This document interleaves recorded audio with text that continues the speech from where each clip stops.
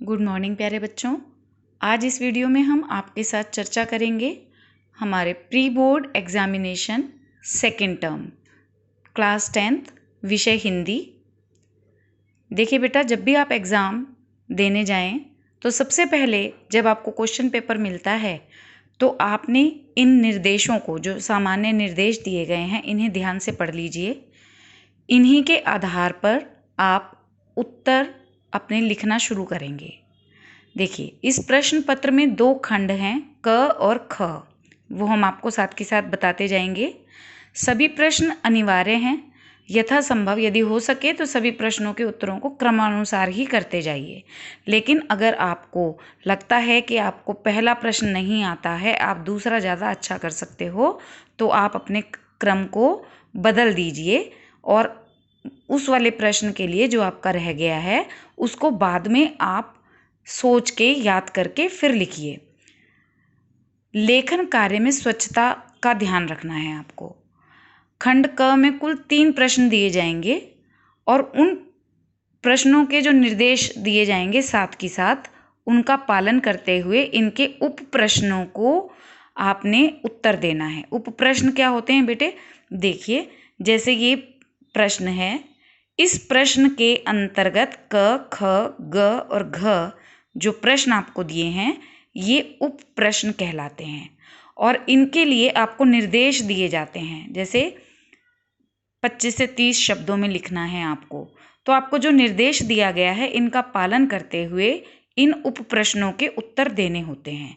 खंड ख जो व्याकरण से संबंधित है आपका, उसमें 4 प्रश्न हैं और सभी प्रश्नों के साथ विकल्प भी दिए गए हैं। विकल्प माने ऑप्शन, या तो ये करिए या ये करिए।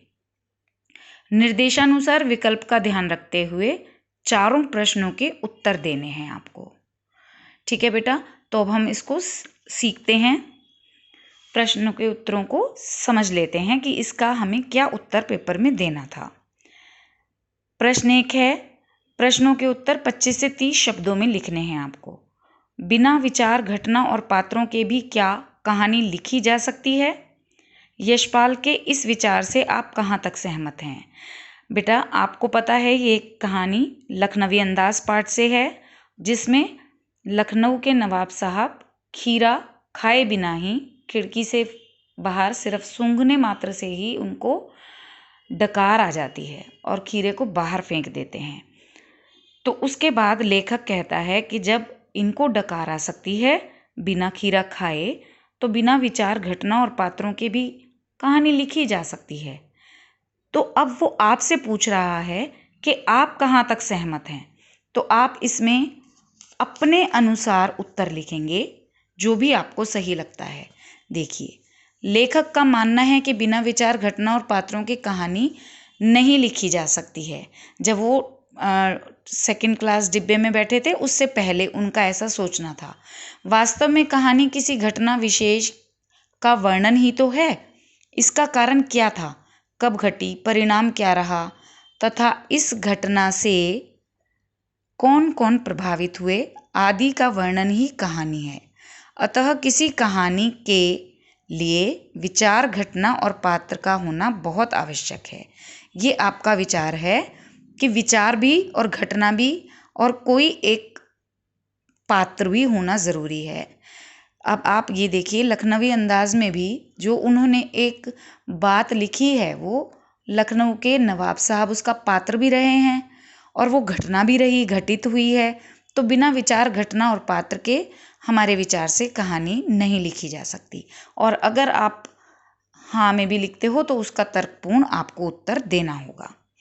दूसरा प्रश्न है, लखनवी अंदाज पाठ के आधार पर बताइए कि लेखक ने सेकंड क्लास का टिकट क्यों लिया? आप जानते हो बेटा क्यों लिया था? भीड़ से बचने के लिए, नई कहानी के संबंध में सोच सकने के लिए, क्योंकि वो कहानी लिखना चाहते थे और एकांत में तसल्ली से उन्हें सोचने का मौका मिल जाता, और साथ ही साथ खिड़की से बाहर प्राकृतिक दृश्य देख सकने के लिए उन्होंने बाहर सेकंड क्लास का टिकट लिया था। फादर बुल्के को भारतीय संस्कृति के एक अभिन्न अंग हैं, ऐसा माना गया है। किस आधार पर ऐसा कहा गया है? आप जानते हैं कि वो बेल्जियम से आए थे, तो यहाँ पर यही बताना है कि फादर बुल्के भारतीय संस्कृति के अभिन्न अंग बन चुके थे। हालांकि वो अपना परिवार, घर परिवार आदि सब छोड़कर बेल्जियम से आए थे और 47 वर्षों तक भारत में रहने वाले फादर केवल 3 बार ही अपने परिवार से मिलने बेल्जियम गए। वे भारत को ही अपना देश समझने लगे थे। वे भारत की मिट्टी और यहाँ की संस्कृति में रच बस गए थे। पहले तो उन्होंने यहाँ रहकर पढ़ाई की, फिर डॉक्टर धीरेन्द्र वर्मा के सानिध्य में रामकथा उत्पत्ति और विकास पर अपना शोध प्रबंधन पूरा किया। उन्होंने प्रसिद्ध अंग्रेजी हिंदी शब्दकोश, जिसे हम हिंदी में इंग्लिश में डिक्शनरी कहते हैं, भी तैयार किया। इस तरह वे भारतीय संस्कृति के होकर रह गए थे। चलिए अब हम देखते हैं चौथा प्रश्न। लेखक ने फादर बुल्के को मानवीय करुणा की दिव्य चमक क्यों कहा है? लेखक ने फादर कामिल बुल्के को मानवीय करुणा की दिव्य चमक, जैसा पाठ का नाम ही है बेटा, इसलिए कहा है क्योंकि फादर करुणा यानी दया के, तो बेटा इसी को मानव रूप में भी वो करुणा, इसको ही आधार बनाते हुए उत्तर लिख दीजिए। फादर नेक दिल वाले वह व्यक्ति थे जिनकी रगों में दूसरों के लिए प्यार, अपनत्व और ममता भरी हुई थी। वह लोभ, क्रोध, कटुभाषिता से कोसों दूर थे। वे अपने परिचितों के लिए स्नेह और ममता रखते थे। वे दूसरों के दुख में सदैव शामिल होते थे और अपने सांत्वना भरे शब्दों से उसका दुख हर लेते थे। लेखक को अपनी पत्नी और बच्चे की मृत्यु पर फादर के सांत्वना भरे शब्दों से शांति मिली। उनके जो शब्द होते थे, ऐसा कहा भी गया है कि देवदार के वृक्ष की छाया जैसे प्रतीत होते थे। वे अपने प्रेम और वत्सलता के लिए जाने जाते थे। चलिए अब हम आते हैं दूसरे प्रश्न पर। ये हमारा पहला प्रश्न था खंड क का। ये देखिए खंड क का दूसरा प्रश्न है, किन्हीं 3 प्रश्नों के उत्तर 25 से 30 शब्दों में लिखने हैं। अब देखिए यहाँ पर लिखा है किन्हीं 3, 4 उप प्रश्न हैं, इनमें से कोई 3 आपको करने हैं बेटे। कविता का शीर्षक उत्साह क्यों रखा गया है? उत्साह कविता आपने पढ़ी है, सूर्यकांत त्रिपाठी निराला जी ने बादलों को का आवाहन किया है जिसमें, तो उसी को यहाँ पर बताते हुए हमें लिखना है कि क्यों इसका नाम उत्साह रखा गया है। क्योंकि कवि बादल के माध्यम से क्रांति और बदलाव लाना चाहते हैं। वह बादलों से गरजने के लिए कहते हैं, क्योंकि एक ओर बादलों के गर्जन में उत्साह समाया है, तो दूसरी ओर लोगों में उत्साह का संचार करके क्रांति के लिए तैयार करना है।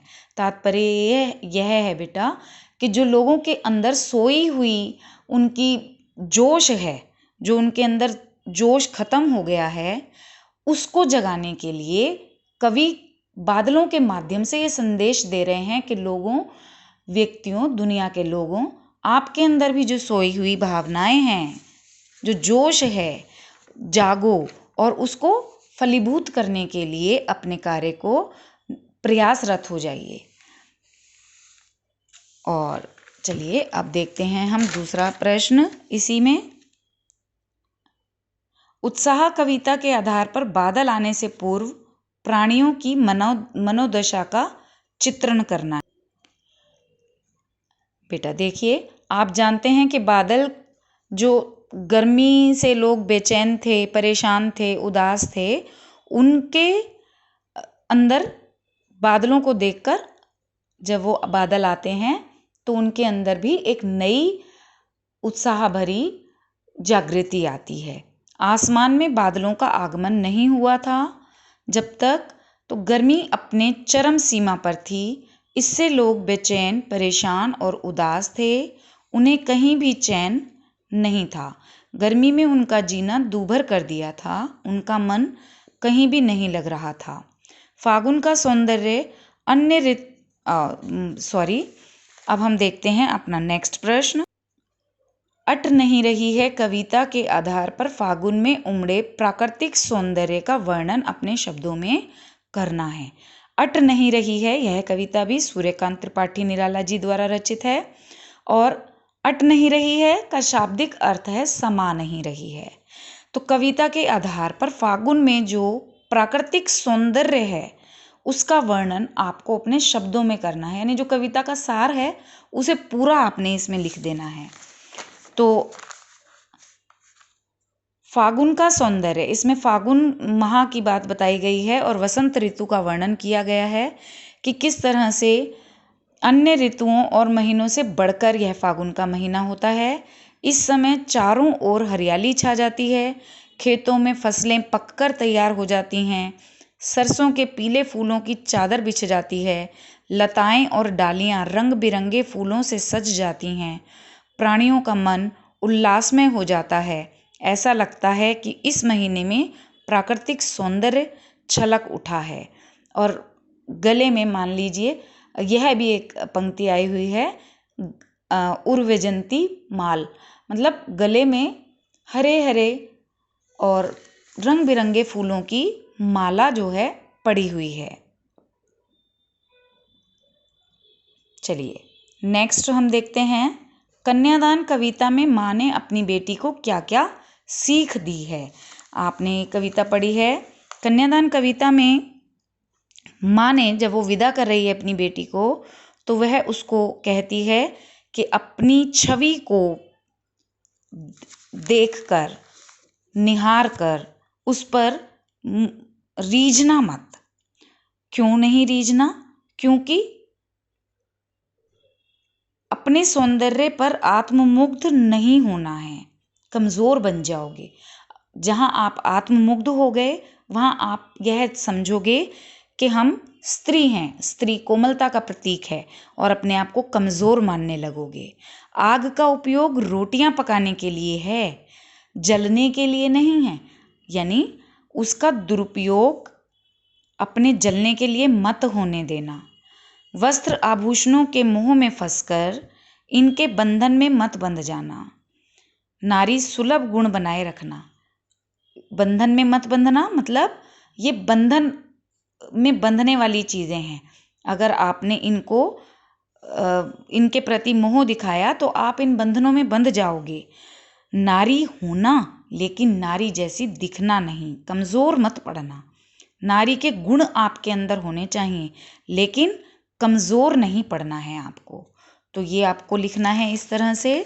चलिए अब हम कृतिका पाठ के प्रश्न उत्तर देख लेते हैं। किन्हीं दो प्रश्नों के उत्तर लगभग 60 शब्दों में आपको लिखने हैं। तो देखिए यहाँ उप प्रश्न हैं 3, कोई 2 करने हैं आपको, जो भी 2 आते हैं। बेटा क्वेश्चन पेपर में प्रश्न नंबर बिल्कुल सही सही डालने हैं आपको। भोलानाथ और उसके साथियों के खेल और खेलने की सामग्री आपके खेल और खेलने की सामग्री से किस प्रकार भिन्न है? माता का आंचल पाठ के आधार पर उत्तर दीजिए। आपने माता का आंचल पाठ पढ़ा है जिसमें बच्चा जो खेल खेल रहा है वो किस प्रकार के खेल हैं। देखिए आपने उसमें पढ़ा वो मिट्टी के दियों के तराजू बना लेते थे और चूहेदान की पालकी बना लेते थे। इस तरह से जो भी मिट्टी में खेलते रहते थे बाहर, तो इस तरह के खेल उनके थे। घर घर खेलना और दावत जिमाना, इस तरह के खेल उनके थे। तो आपको यही सब ध्यान में रखते हुए आंसर देना है। हम आंसर में लिखेंगे और साथ में ये भी बताना है कि हमारे खेल किस प्रकार भिन्न है। आज भोलानाथ के समय से सर्वथा भिन्न खेल और खेल सामग्री और ऊपर से बड़ों का निर्देशन और सुरक्षा हर समय सिर पर हावी रहता है। आपने देखा है ना कि वो सारा दिन बाहर खेलता रहता था, लेकिन आज अगर हमें कोई बच्चा बाहर खेलने के लिए कहे तो हम कहते हैं 2 मिनट में आ जाना, या जाने ही नहीं देते हैं क्योंकि बाहर का माहौल भी खराब हो गया है। तो आज खेल सामग्री स्वनिर्मित ना होकर बाजार से खरीदी हुई होती है। जैसे मैंने बताया कि वो पहले घर में ही बने हुई चीज़ों से खेल लिया करते थे। पत्तों से ही उन्होंने अपने पत्तल दोने बना लिए, मिठाई की दुकान सजा ली कंकड़ पत्थरों से, मिट्टी के दियों से दिए बना लिए, तो उन्हीं चीज़ों से खेल लिया करते थे वो। हाँ, और लेकिन अब गुड्डे गुड़िया या कोई भी चीज़ है तो बाज़ार से ही आता है। खेलने की समय सीमा भी तय कर दी गई है और अब स्वच्छंदता ही नहीं है, यानी अब हम आज़ाद नहीं हैं खेलने के लिए जो हम पहले खेलते थे। आज धूल मिट्टी से बच्चों का परिचय भी नहीं हुआ है। बच्चे धूल मिट्टी की बजाय कहाँ खेलते हैं, मोबाइल लेकर कमरों में बैठे रहते हैं। तो बेटा इसमें आप इस तरह से उत्तर लिखेंगे। प्रश्न 2 आपका जॉर्ज पंचम की नाक से लिया गया है। रानी एलिजाबेथ की दर्जी की परेशानी का क्या कारण था? उसकी परेशानी को आप किस तरह तर्क संगत ठहराएंगे? जॉर्ज पंचम की नाक पाठ के आधार पर उत्तर देना है आपको।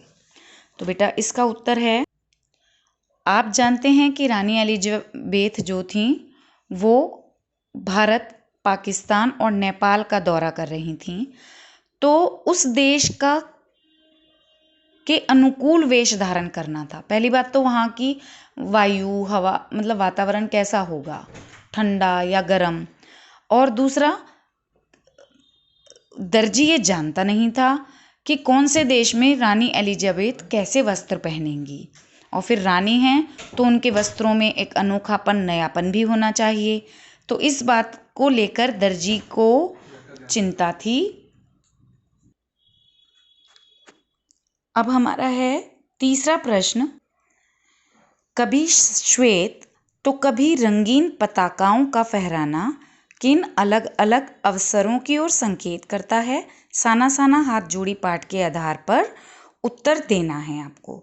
तो कभी श्वेत यानी सफ़ेद और कभी रंगीन पताकाओं यानी झंडे जो होते हैं उनका फहराना। आपने बेटा इस चैप्टर में पढ़ा था कि सफ़ेद जो बौद्ध धर्म को मानने वाले लोग थे, बौद्ध धर्म को मानने वालों में श्वेत पताकाएं किसी की मृत्यु पर फहराई जाती हैं। यदि किसी की मृत्यु हो जाए यानी शोक है, क्योंकि दुख की बात है, तो दुख के समय में सफ़ेद रंग को उसकी आत्मा की शांति के लिए नगर से बाहर किसी वीरान स्थान पर मंत्र लिखी 108 पताकाएं फहराई जाती थीं। इनको उतारा नहीं जाता था बेटा, और ये स्वयं ही अपने आप नष्ट हो जाती थीं। और जो रंगीन पताकाएं थीं वो किसी उत्सव, शुभ कार्य को आरंभ करने या मांगलिक अवसरों पर रंगीन पताकाएं फहराई जाती थीं। तो ये हमारा खंड क हुआ बेटा। हम अगली वीडियो में खंड ख लेकर उपस्थित होंगे। तो इतने आप प्रश्नों के अभ्यास कीजिए, इनको लिख लिख कर याद कीजिए बेटा, और इन जितने भी चैप्टर्स हैं इन्हें आप दोबारा बहुत अच्छे से आपको पढ़ना है। खंड ख लेकर जल्दी ही उपस्थित होंगी। थैंक यू बेटा।